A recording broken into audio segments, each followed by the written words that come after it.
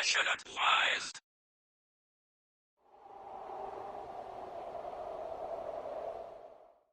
Video games, specifically of the horror genre, can be an escape from the horrors of the real world.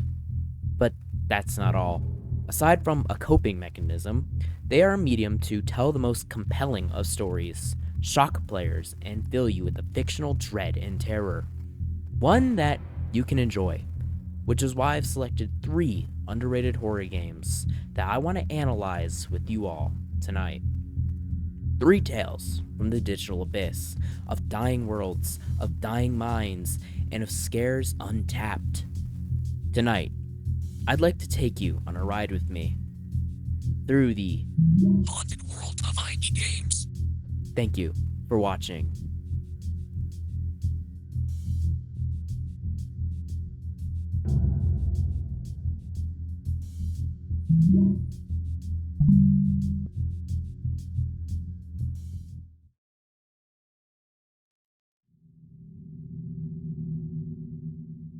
A few years ago, from the abyss of obscurity, came developer Mike Klubnika, mainly gaining traction from his commercial success, Buckshot Roulette, though he's racked up an entire catalog of short horror experiences, one of which we'll be focusing on today. Usually, Klubnika's games tend to take place in one of 2 settings: small, dimly lit rooms with rusted walls that evoke feelings of isolation, or towering megastructures that can make the most confident of players feel like an insect.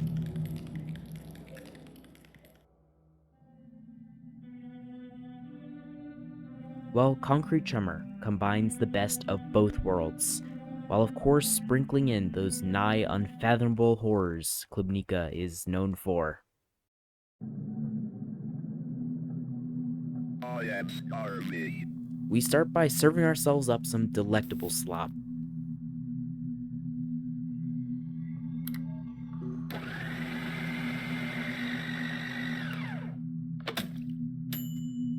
Tasty. Our apartment is bleak, grimy, and at a table sits our friends. What do you see from your room? What do you see? All I see is a wall. You know someone built a roof and rats, right? Really? Yes. So, where are we? I have no idea. There's only a wall outside our window, and the roof was apparently locked before another resident could pick it open. Something is clearly very wrong here. So we make our way up to the roof and... where the hell are we?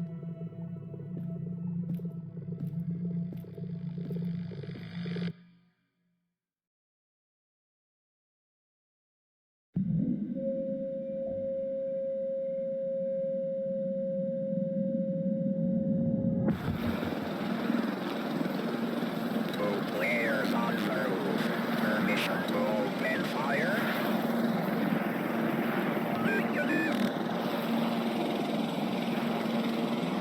What if they jump ship? It won't be unfair. They are going to die anyway.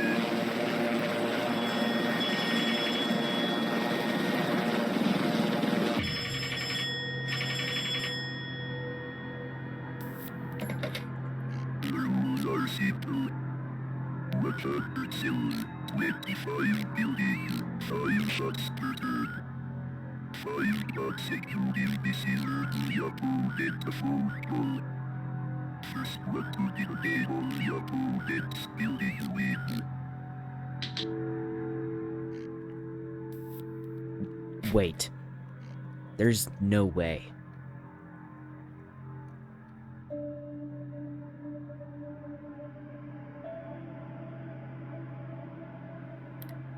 We're playing Battleship with apartment buildings, rigged with bombs.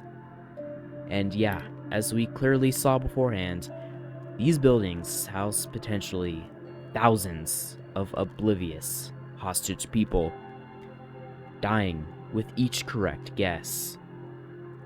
We have zero choice but to partake in this. For if we don't, the other side will simply take all of our buildings down. So, H2, D3, F6, J6, A2.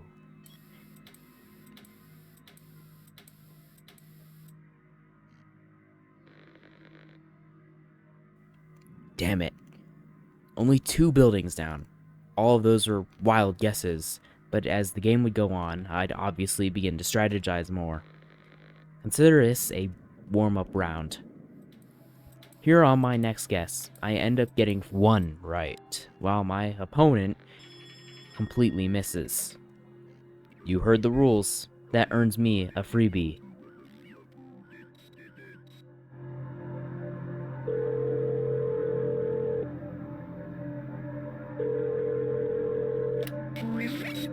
Hello, I am from the Occupational Safety and Health Administration.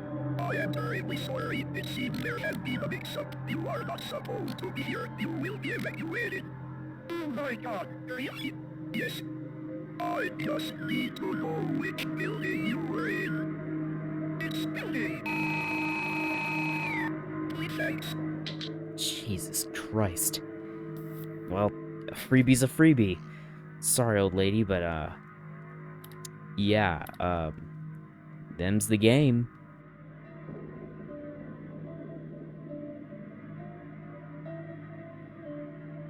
And that game goes on and on. My opponent clearly learning from their mistake and making literally 0 misses from then on. Well, I make quite a few. By the end, they have 8 buildings remaining, while I have none.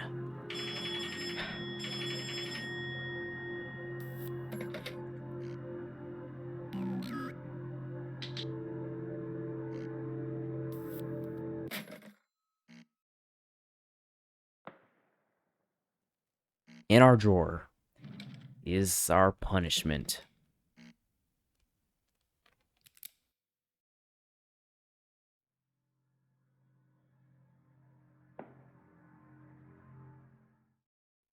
No. I'm determined to win here.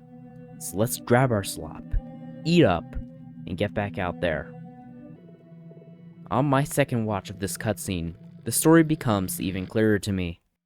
The men up above have chosen us as the player, instead of killing us, probably just out of convenience.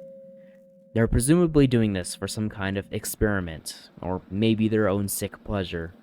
It's some shit straight out of Squid Game. And if you know that story, chances are you know its themes of the elite using the poor as pawns, treating it all like a game. As we play Concrete Tremor, it's increasingly obvious that that is precisely what is happening here too. Destroying innocent lives with only our own motivations in mind.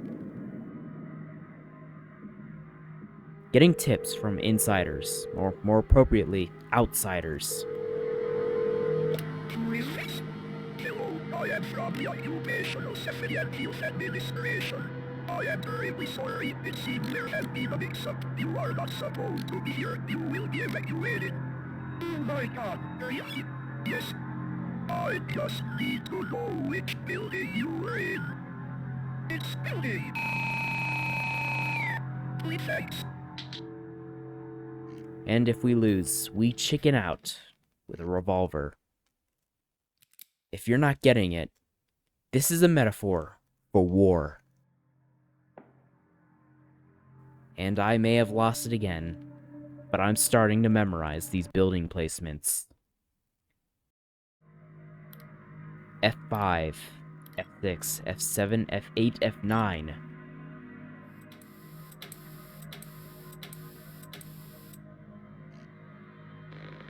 Boom. I9, H9. Boom. C1, D1. Boom. You get the idea. And finally, after strategizing to get ahead during the opponent's early misses, stay ahead during their bombing streak, I win.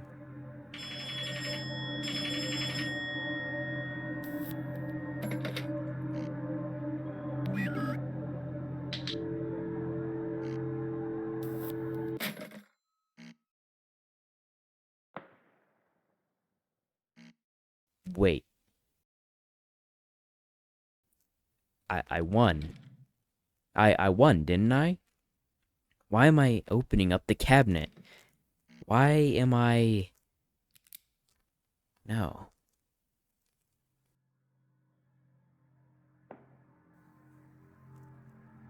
Nobody wins in war. You may get ahead and strategize and win, but in the end, the game is meaningless. Innocent people on both sides have been killed, and only you gain satisfaction. It's a nihilistic message and a downer for sure, but if more people realize it, the impact would be so positive. Nobody wins in a war. Them's the game.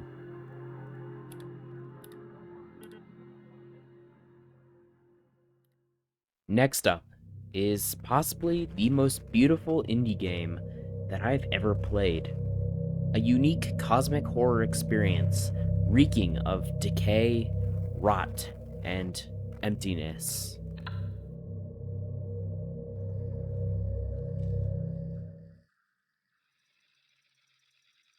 Cordosis, Episode 1, The Hum, is a 2023 demo by Adam Doobie, and Adam Doobie alone. And you'll see quickly just how impressive that fact is. So, let's start a new game and dive into this extended teaser. While UAP and UFO sightings in Hungary have been scarce, with only a few reported cases, an overwhelming majority of approximately 90% of these sightings have been concentrated in a specific remote rural area. As a Hungarian, I've always found it intriguing how little is known about this region of my country. With only a few small villages scattered throughout, it remains a relatively unknown. Their stories served as primary inspiration during the development of this game.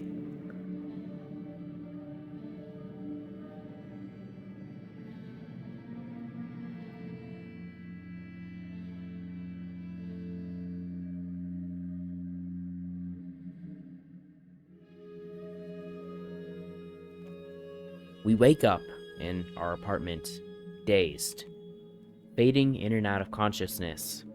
We live in a complete pigsty, and there's piss stains on the floor. We lumber through our home before we come up to a window. To our right, trash bags. And to our left, a strange device in the workshop. And we climb up to the window and begin to climb out.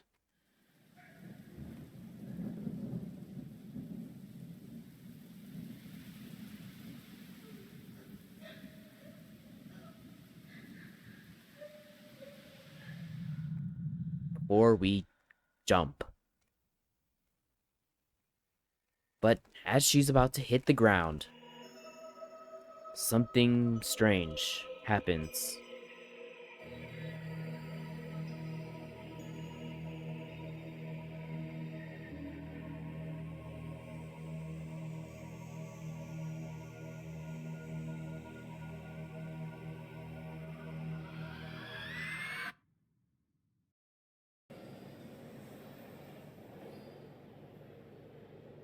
And now, we're somebody else, driving.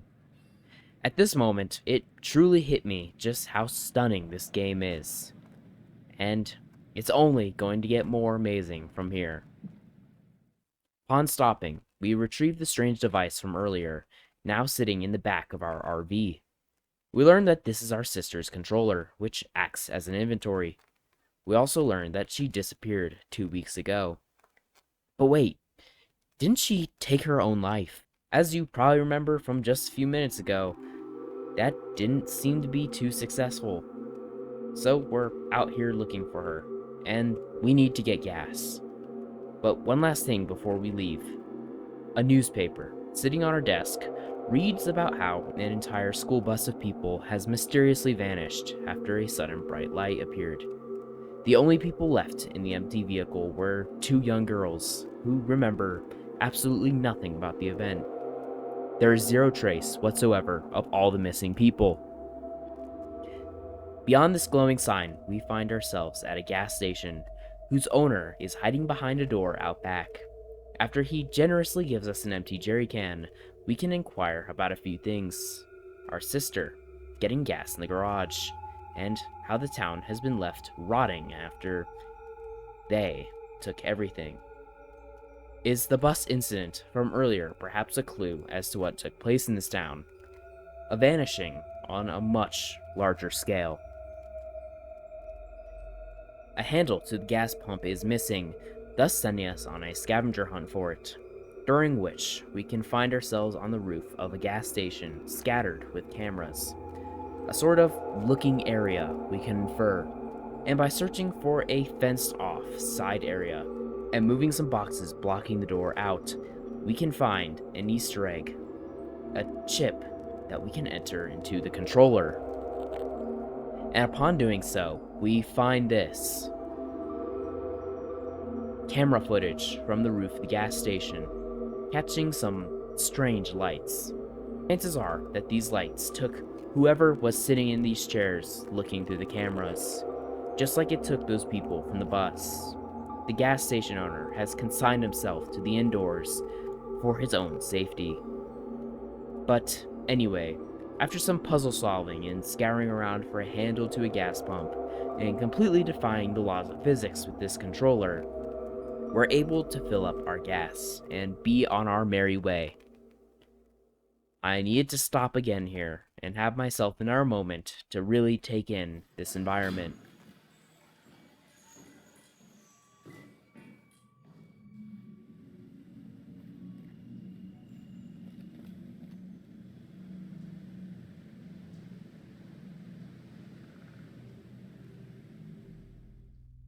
Now we head into the next part of this demo, traversing the town.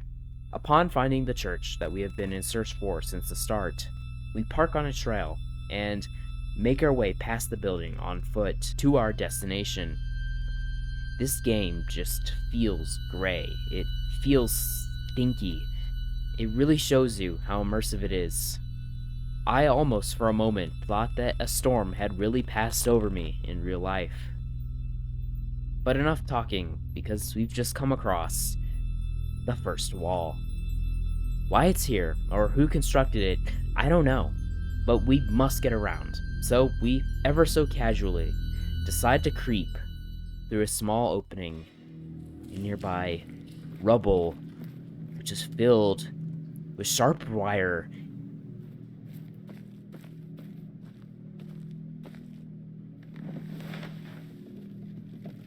And it's not nearly as stable as I'd like it to be.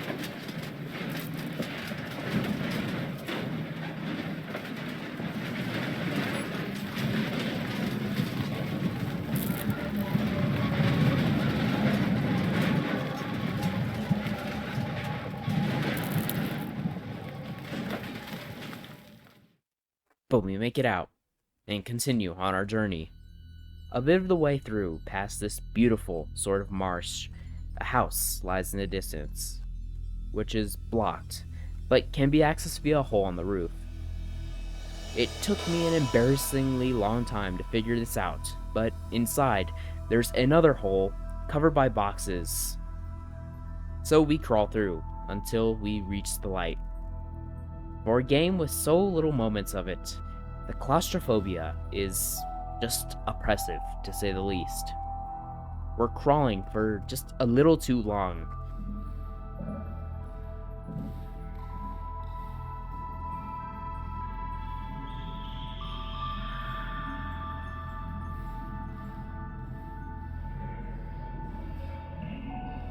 Before being thrust into the surface. Now, it is the opposite. Way too open.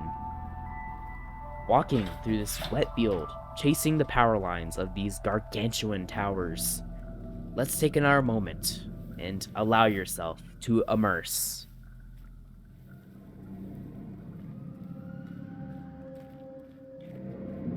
Until finally, something happens.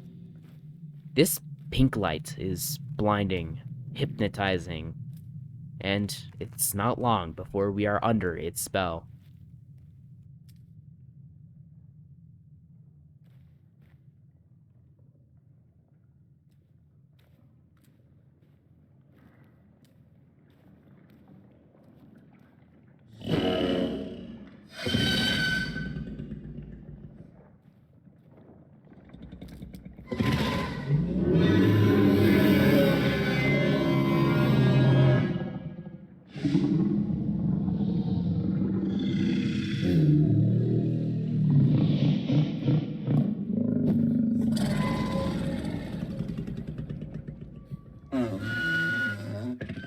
We're hiking through the trees and thick brush.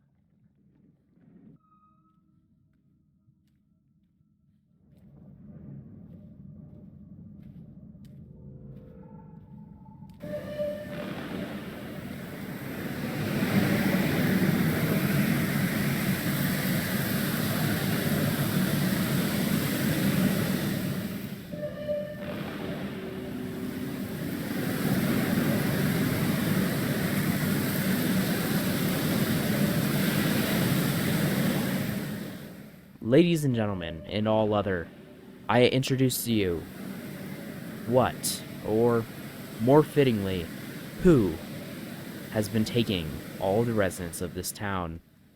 Confronting this extraterrestrial stranger is the key step in finding our sister.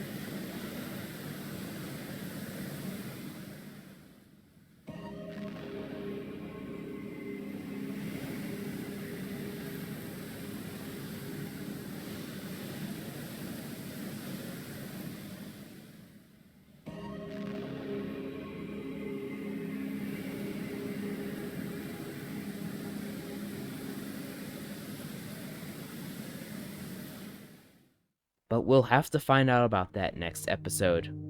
Cordosis is a beautiful game, and so immersive into its dying, wet world, with its clear themes of loss, being lost, and suicide.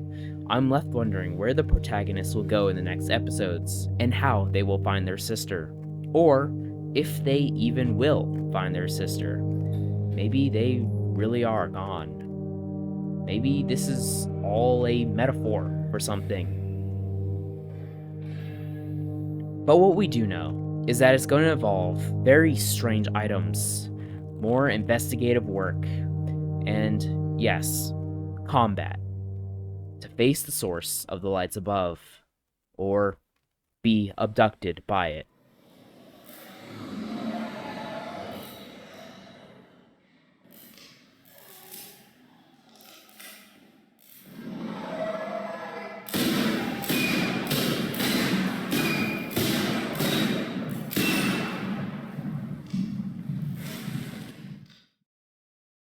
I like where this is going.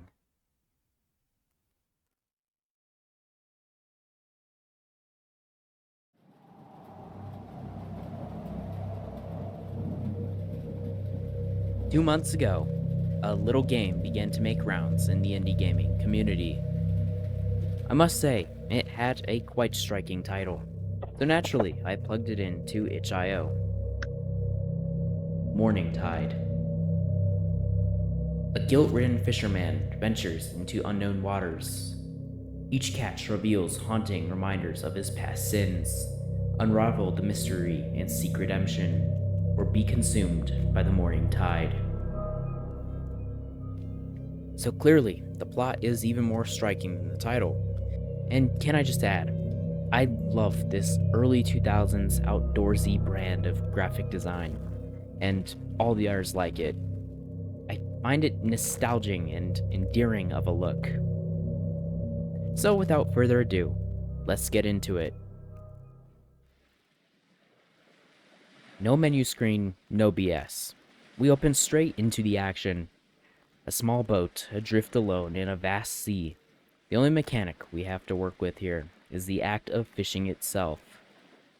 So we wait until we catch hold of our first fish. It's not hard to reel it in. Just keep the fish in the circle by moving the rod around and let that bar fill up.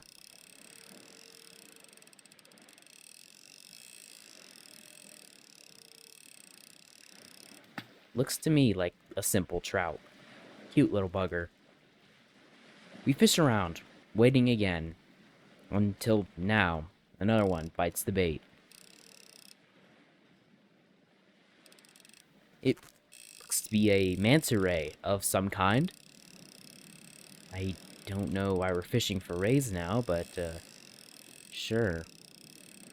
Jeez, this guy is really fighting, huh? I mean, Like, really, I mean, he's just...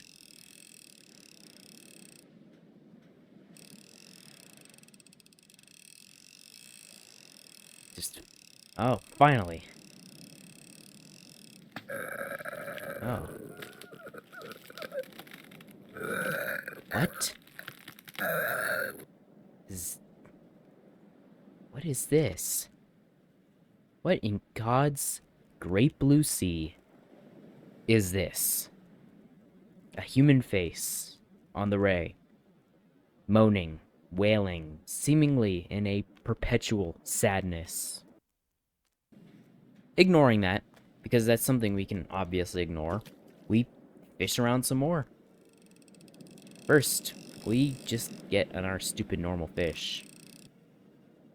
But then, secondly, we get another face fish. So, is this just some kind of invasive species or what? We only need one of each fish, so this guy's just going in the excess bin. It's now that I noticed that the sky is getting significantly darker. Just nighttime, I guess. Next, we get a hold of this guy. Another face fish, but this time it's in the form of a trout, I guess. It's hook in its mouth. It's really fighting here. I mean, my God, it just won't stop. It won't let go either, though. I mean, just keeping this bar up is impossible. It keeps swimming in and out of the circle, and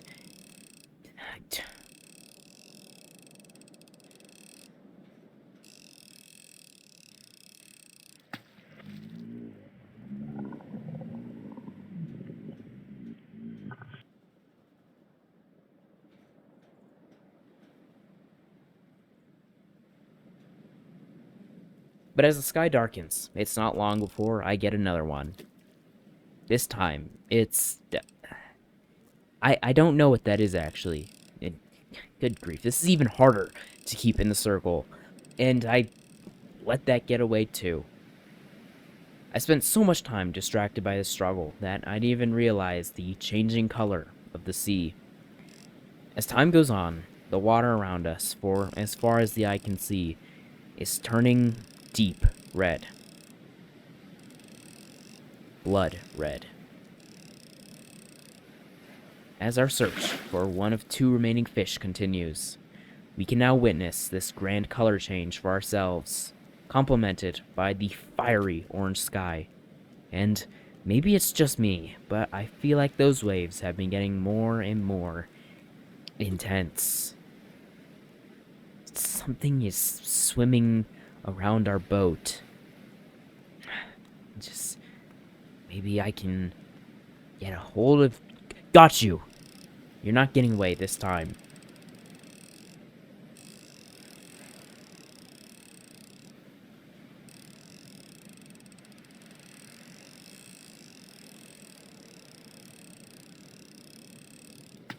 Looks like some kind of eel? I can tell you, I've never seen an eel like this, though. Great. Put it away, and with our collection complete, it begins to rain. All of them are squirming, bleeding, almost. But, as we'll come to find, their torment just equally matches ours. And that torment has finally culminated in our final catch. Not fighting, not squirming, not even visible at the surface. What could this final dastardly thing possibly be?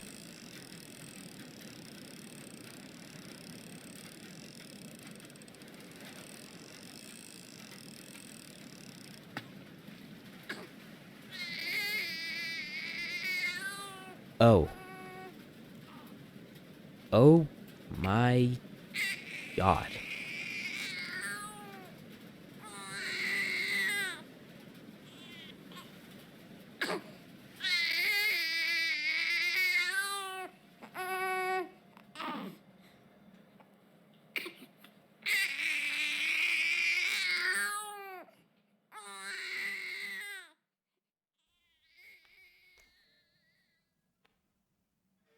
sea whispers, tales untold, of a man undone by jealousy's plight. In morning I sail, my guilt takes hold, a tragic tale of love turned blight. A wife unfaithful, or so I believed, in shadows of doubt, my love I deceived.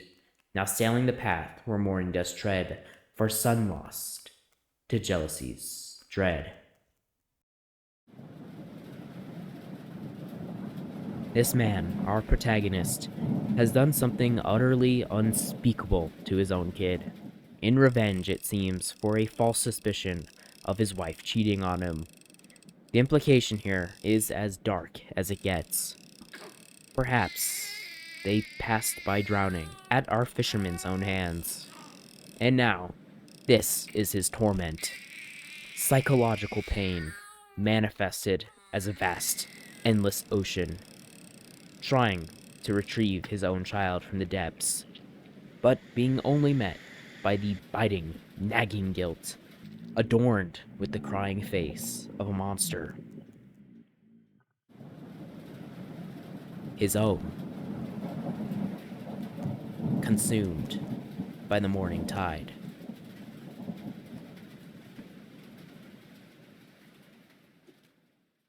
But I think that's where I'm going to leave you guys tonight. Together, we explored the haunted world of video games.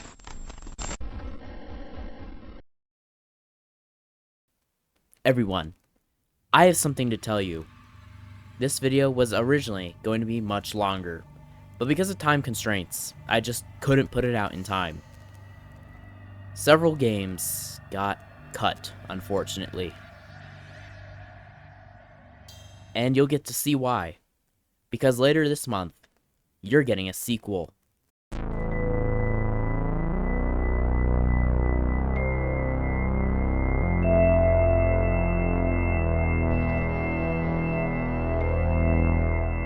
Bigger, better, with some oppressively dark and scary games.